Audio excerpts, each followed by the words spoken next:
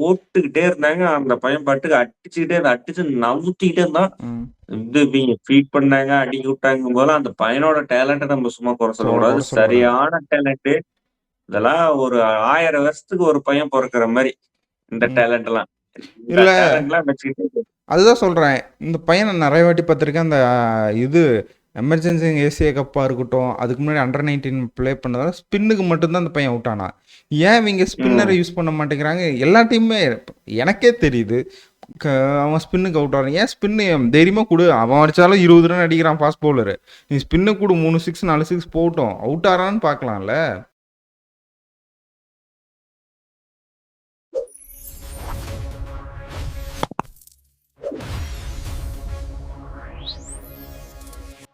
Top 3ல இன்னும் ஒரு team மட்டும் தான் அடி வாங்காம இருந்துச்சு. அதுவும் நேத்து மறுநாட்டி ஒரு சின்ன பையன் என்ன தூக்கி போட்டு மிதிச்சிட்டான்ங்கிற மாரி இருந்துச்சு. ம். Vaibhav Suryavanshi, the man, the myth, the legend RCB டீம தூக்கி போட்டு மிதின்னு மிதிச்சிட்டாப்புல. ம்.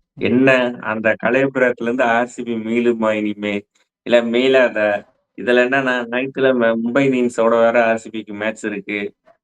தோத்தாங்களா எல்லா டீம் மாரி ஈக்குவல் பாயிண்ட்ஸ், ரன் ரேட் எல்லாம் மேனேஜ் ஆயிரும். ம். டாப்ல இருந்தவங்க திடீர்னு ஒரு சரிவு ஏற்பட்ட மாரி இருக்கும். வாங்க வீடியோக்குள்ள போலாம். நேத்து மேட்ச் பார்த்தீங்கன்னா என்ன ஆச்சு? என்ன ஆச்சா? நான் கூட நிஜமா நான் நெனச்சது என்னன்னா, சூரியவன்சி இந்த சீசன் கிராக் பண்ணிருவாங்கன்ட்டு. ஆனா அந்த பையன் அப்கிரேட் தான் ஆயிருக்கான். எசேல் வுட் அடிக்கிறான்ப்பா. என்னதான் இன்ஜுரின்லாம் சொல்லலாம். போட்டு சொருகுறான். இப்போ 7 சிக்ஸ் அடிச்சிருக்கான். அதாவது கவுகாத்தி வந்து நேத்து வந்து இது பவுலிங் பிச்சுன்னாங்க. கமெண்ட்ரில வந்துட்டு பவுலிங் பிச்சு எல்லாம் ஸ்லோ விக்கெட்டுன்னாங்க. ஆர்சிபியும் 200 அடிச்சிருச்சு. இவிங்க 2 ஓவர் ஸ்பேர் வச்சு அந்த 200 அடிக்கிறாங்களே. அது என்ன மாரி பவுலிங்கு. இவிங்க ஒரு தப்பு பண்ணிட்டாங்க.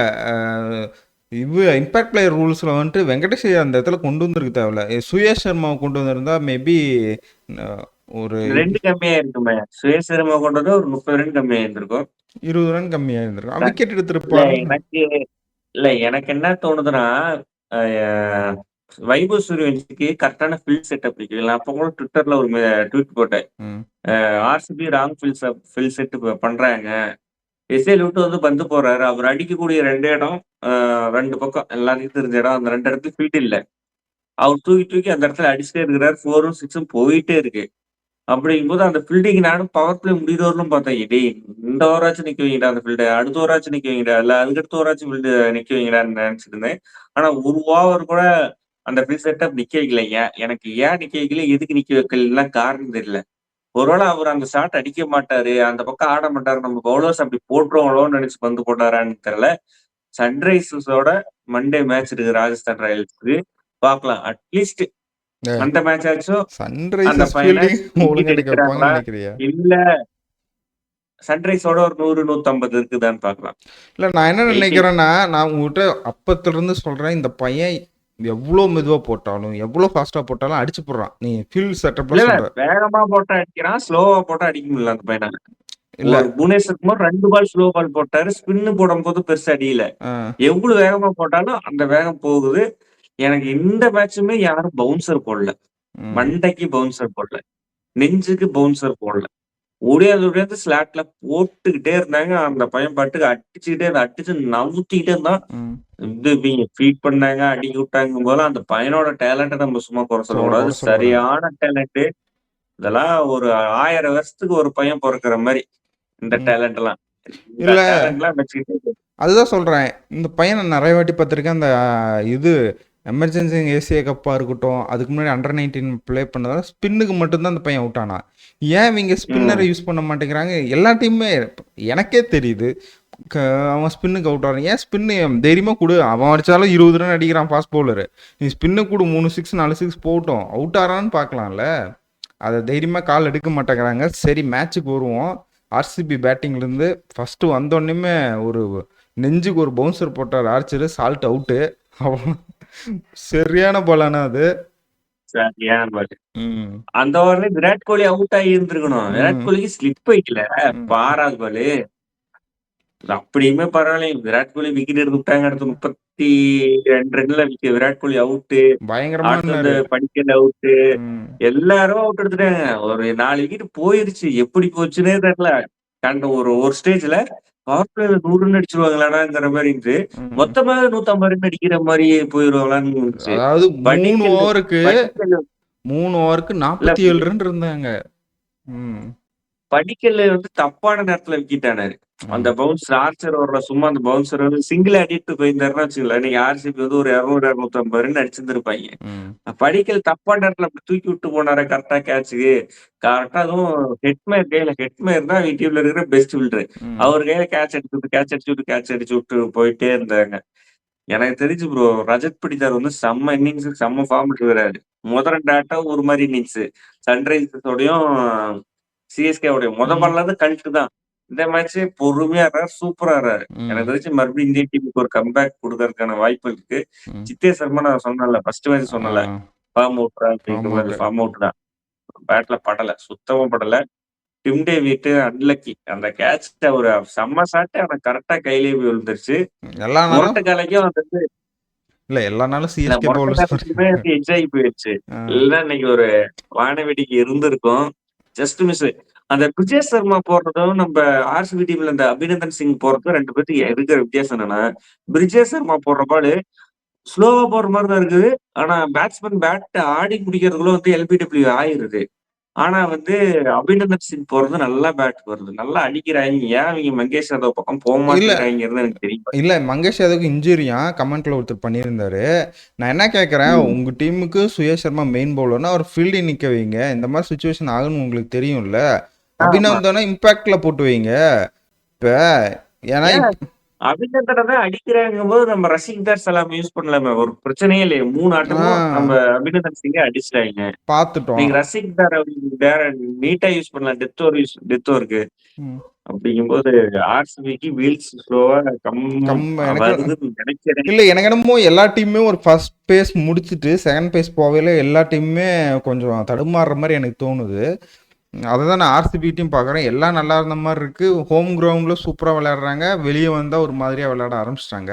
ஆனால் இப்போ ஆர்ஆர் பவுலிங் பார்ப்போம். சந்தீப் சர்மா இன்னும் வேணுமா இந்த டீமுக்கு? ப்ரோ நல்லா தான் ப்ரோ போட்டாரு. 2 விக்கெட் நல்லா எடுத்தாரு. கடைசி ஓவர்ல வந்து வெங்கடேஸ்வரி ஒரு அடிச்சிட்டாரு. விக்கெட்டு தான் எடுத்தாரு. நல்லா பவுலிங் போட்டாரு. 4 ஓவர் 47. ம். துஷார் தேஷ்பாண்டேக்கு இந்த ஆட்டம் ரெஸ்ட் தான் விட்டுருக்காங்க. அடுத்த அதுதான் ஆட்டம் யார கேட்குறேன். மாத்திட்டு ஸ்பைன் துஷார் பண்ணிட்டு தேஷ்பாண்டே உள்ள மாதிரி கொண்டு உங்களுக்கு ஒரு போறாங்க. வின்னிங் பண்ணி கொடுத்துட்டு நீங்கள் சப்ஸ்டியூட்ல உட்கார வச்சிடுறீங்களே. அவருக்கு ரெஸ்ட்ன்னு சொன்னாங்களே. ரெஸ்ட். சப்ஸ்டியூட்ல ரெஸ்ட்ன்னு சொன்னேன். ஓகே, இவங்க ரவி பிஸ்னாய் அப்பா கோலி போயிட்டு இருந்த வேகத்துக்கு இந்நேரம் ஒரு பயங்கரமான ரன்னு செட்டப் பண்ணியிருப்பாரு. ஏலத்தில் விட்டானுங்க சிஎஸ்கே. எரியுது எனக்கு வாய் எரியுது. ஏன்டா விட்டீங்க? அவன் ஒருத்தன் தானே 7 கோடிடா இது. ஏலத்துல விட்டது நல்லா ஸ்பின்னர் யாரோ ஒருத்தர் எடுத்திருந்திருக்கான். ம். ம். ஏன் இதுக்காக போனான்னு தெரியல. இது சிஎஸ்கே அதை பத்தி நம்ம பேசி பிரயோஜனம் இல்ல. பிரயோஜனமே எத்தனை இல்லை. டைம் பேசினாலும் ஜடேஜா வழக்கம் போல் 2 ஓவர் தான் கொடுக்குறாங்க. சென்னையிலையும் இதை தான் சொன்னேன். இங்கேயும் அதே தான் பிரச்சனை அவருக்கு. 2 ஓவர் தான் நல்லா போடுறாரு. ஆனாலும் அவருக்கு நல்லா போடுறாரு. பந்த ஸ்வீட் பண்றாரு. ம், அதனால பயந்துக்கிறாங்க அடிச்சு சடேஜாக்கு ஓவர் கொடுக்கறதுக்கு. ம், அடிக்கிறதுக்கு மாதிரி ட்வீட் பண்ணிட்டுக்கிறாரு. ம், பழைய சடேஜா மாதிரி போடல ஓவர். அதனால ரியான் பராக்குக்கு நம்பிக்கை வர மாட்டேங்குது. ரவி பிஸ்னாய் ஒரு ஓவர் பொழந்து விட்டாங்க. இப்ப ம், பவுலிங் இந்த ஆர்சிபி பவுலிங்ல வந்து எனக்கு ம். கான்பிடென்ட் கிடையாது. இல்லை, நான் வந்து எஸ்எல்வுட் நான் முதல்ல ஒத்துக்கிறேன். மேட்ச் ஆனால் அந்த ரிதமில் ஒரு பால் போட்டார், விக்கெட் விழுந்தது. எனக்கு என்னன்னா எஸ்எல்வுட் இன்னும் கொஞ்சம் ஒரு 2 மேட்ச் வேணும்னு தோணுது. எனக்கு அப்படிதான் நான் பார்க்குறேன். இல்ல கான்ஃபிடென்ட். ப்ரோ. எனக்கு வந்து இந்த மூவி இன்னைக்கு போட்ட ஸ்பெல்லு அபிநந்தனு குர்னாலு அபிநந்தன்லாம் கணக்கிலே எடுத்துக்க அப்ப மாட்டேன் நான். அபிநந்தன் மோசம். சிஎஸ்கேவில் இருக்க பவுலிங்கை விட இது மோசமாக போகிறதுக்கு என்ன அறிகுறியோ அதெல்லாம் பண்ணிட்டு இருக்காரு அபிநந்தன். சிஎஸ்கே கூட எவனும் 18 ரன் கொடுக்க மாட்டான் ஓவருக்கு. அதான் இந்த விட்டா பெருசா பவுலிங் ஆப்ஷன் இல்லையே. என்ன ம். பண்றது? டிம் டேவிட்டுக்கெல்லாம் ஓவர் ஆர்சிபி டீம்ல கொடுத்துருக்காங்க. ஒரு மைனஸ் இருக்கு. டிம் டேவிட்டுக்கெல்லாம் ஓவர் கொடுத்து அவரும் 18 ரன் கொடுத்தாரு. ம். ஆர்சிபிக்கு மைனஸ் இருக்குன்னா இன்ஜுரி. அதுதான் சொல்கிறேன், இன்ஜுரியில் இருக்குது. இவங்க கன்சன்ட்ரேஷன் பண்ணாங்கன்னா மங்கேஷ் ஏதோ ஒரு இதிலிருந்து இன்ஜுரியிலேருந்து ரெக்கவரி ஆகி வரணும். அப்படி பார்த்தாலுமே இவங்களுக்கு பவுலிங்குன்னு சொல்லிட்டு வெளியே யாரும் பெருசாக யாரும் இல்லை. இல்ல. ரசிக்தார் மட்டும்தான். நர்சிந்தார் மட்டும்தான் கொஞ்சம் இன்எக்ஸ்பீரியன்ஸ். ஏன் இப்ப இந்த ஒரு ஆப்ஷன் முரட்டுக்காலைய உட்கார வச்சுட்டு ஜேக்கப் டஃபி ஆடலாமே. வெங்கடேஸ்வர வந்து உள்ள போட்டு மொட்டைக்காலை எடுப்பாங்களா? அடிக்கு எக்ஸ்ட்ரா 50 ரன் தரான். நீ போடுற 4 ஓவர் 50 ரன்னுக்கு இவன் 50 ரன் எக்ஸ்ட்ரா அடிச்சு தரானே. சரி, ஓகே. இல்ல பவுலிங் கொஞ்சம் ரொம்ப தின்னா இருக்கிற மாரி இருக்குது ஆர்சிபி கிட்ட. முதல் 2 மேட்ச் ஹோம் மேட்சஸ் அதனால தப்பிச்சுட்டாய்ங்க. ம். இப்ப இனிமே அவே போக இல்ல ஆரம்பிக்கிறாங்க. இப்ப படிக்கல் வந்து சுத்தமா பேட்ல கவுகாட்டி படிக்கலங்கிற சால்ட்டுக்கு சுத்தமா பேட்ல போடல. மேபி சால்ட் உட்கார வச்சுட்டு பேட்டிங் தான் இவங்களுக்கு கொட்டி கிடக்குது. வெங்கடேஷ் ஐயரே ஓப்பனிங் இறக்கலாமே. இல்ல சால்ட்டுக்கு பதிலா சால்ட்னா பெத்தல் தானே டைரக்ட் ஸ்வைப். இல்ல பவுலிங் வீக்கா இருக்கும்போது நீ ஜேக்கப் டஃபி ஆடிட்டு அப்படிதானே பண்ண முடியும். நீ பேட்டிங் ஸ்ட்ராங்கா இருக்குன்னு தெரிஞ்சு போச்சு. பவர் பிளேல புவிக்கு எஸ்எல்வுட்டை நீ இன்னும் கொஞ்சம் கீழே கூட போடணும்னு ஆசைப்பட்டனா ஜேக்கப் டஃபி மேலே இறக்கி பால் போட வச்சுட்டு சால்ட் உட்கார வச்சுட்டு வெங்கடேஷ் ஓப்பனிங். வெங்கடேஷ் நல்லா தான் ஆடுறாரு. நான் கூட ஒரு 9 பால் 9 அடிச்சுன்னு வேஸ்ட் ஆட்டிருக்குன்னு நினச்சேன். ஆனால் கடைசி ஒரு சூப்பராக மெயின்டைன் பண்ணார். அது அவரால் பவர் பிளேயில் புல் ஆஃப் பண்ண முடியுமே. பார்க்கலாம். காம்பினேஷன்லாம் இல்லை. நாம நினைக்கிற மாதிரி காம்பினேஷன் கண்டமண்டமாக மாற்றினா அது கண்டிப்பாக செட் ஆகுது. ஒவ்வொரு மினிமம் சின்ன சின்ன சேனா நல்லா வின்னிங் கொடுத்துருக்கு. ஒரு மேட்ச் வச்சு நம்ம பேசக்கூடாது. இதுவும் வெளியே இல்ல தான். bro, இந்த மேட்ச் ரொம்ப பெரிய அடி ப்ரோ. ரொம்ப அத்தி. உங்கூட்டு அடியில எங்கூட்டு அடியில இல்லை இந்த சின்ன இந்த பையன் சின்ன பையன் ஸ்கெட்ச் போட்டு வந்திருக்கணும். ஏன் அவங்க ஸ்கெட்ச் போடாம வந்தாங்கன்னு எனக்கு தெரியல. அஸ்வின் கூட நேத்து சொன்னா தொண்டை ஒரு பவுன்சர் போடுவாங்க அப்படின்னு சொல்லிட்டு அவர் ஒரு ரிவ்யூல சொன்னாரு. ம், அந்த ஒரு பவுன்சர் எதிர்பார்க்கல. எஸ்எல் விட்டு புவி இருக்கிற டீம்ல ம். அந்த ஒரு பவுன்சர் நான் எதிர்பார்க்கல. இல்லை ஒரு பவுன்சர் போடல. இல்லை எனக்குமே ஐபிஎல் மாதிரி இவ்வளோ பெரிய டோர்னமெண்ட்டில் ஒரு சின்ன பையன் இப்படி டாமினேட் பண்ணுறான். அவனுக்கு ஏன் பிளான் பண்ண முடியல? எனக்கு அதுதான் புரியல. ஒரு பவுன்சர் உங்ககிட்ட எஸ்எல்வுட் கொண்டு வந்தீங்க. எஸ்எல்வுட் பவுன்சர் போடல. அப்படி சரி புவனேஸ்வர் குமாராவது போடணும். அவரும் போடலை. ரொமரியா ஷெஃபர்டும் அங்கிட்டு இங்கிட்டுன்னு ஆடுறாங்க. நல்லா பேட்டிங்கில் கொஞ்சம் அடிச்சு கொடுத்தாரு. வெஸ்ட் இண்டீஸில் இல்ல என்ன. பேட்டிங் எந்த சேஞ்ச் பண்ணிட்டாங்க. ம், டிம் டேவிட்டே படிக்கல அவுட் ஆனதுக்கு அப்புறம் வந்திருந்திருக்கணும். குருநாள் பாண்டியா வரைக்கும் விட்டு சித்தேஷ் சர்மா வரைக்கும் விட்டு பேட்டிங் ஆட வந்து சப்பிள் பண்ணிட்டாங்க. நம்ம முன்னாடி வந்தாலும் டிம் டேவிட் கரெக்டா தான் ஆடி இருப்பாரு. ஒரு 3 ஓவர் டைம் எடுத்திருந்து அதுக்கப்புறம் அடிச்சிருப்பாரு. இந்த விக்கெட் வந்து ஃபுல் கொலாப்ஸ் இவ்வளோ ஆயிருந்திருக்காது. ஆயிருக்காது. அதுலயே ஒரு தப்பு பண்ணிட்டாங்க ஸோ ஓகே. ஆர்சிபி. ஆர்ஆர் சரி, ஸ்ட்ரெயிட்டாக பார்த்துட்டுனா டாப் ஆர்ஆர் வந்து டேபிள் டாப். டேபிள் டாப்பர் ஆயிட்டாங்க. நம்மலாம் வந்து ஆமா. 6th 7th கொடுத்துருந்தோம்.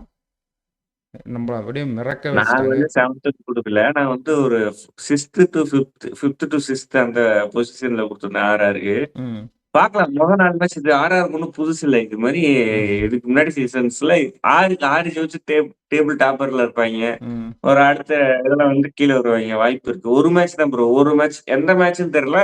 இதுக்கு வந்து வீல்ஸ் வந்து கழட்ட போகுது. இல்ல. அது எந்த மேட்ச் நமக்கு தெரியும். நானும் எனக்கு என்னமோ வந்துட்டு சூரியவன்சி மட்டும் தான் மற்ற எல்லா டீமுக்கும் தலைவலி மாதிரி தெரியுது. அந்த விக்கெட் எடுத்துட்டா சர்ன்னு கீழே வந்து. ஏன்னா இந்த பையன் தான் இப்போ இன்னைக்கு பார்த்தீங்கன்னா 78 ரன் டீமோட 40% ரன் இவன் தான் அடிச்சிட்டு இருக்கான். அந்த பையனை விக்கெட் எடுத்துட்டா ம். கீழே அப்படியே மலன்னு விழுந்துரும்னு நினைக்கிறேன். அதுக்கு மட்டும் எல்லா டீமும் ரெடியாக இருந்தால் நல்லாயிருக்கும்.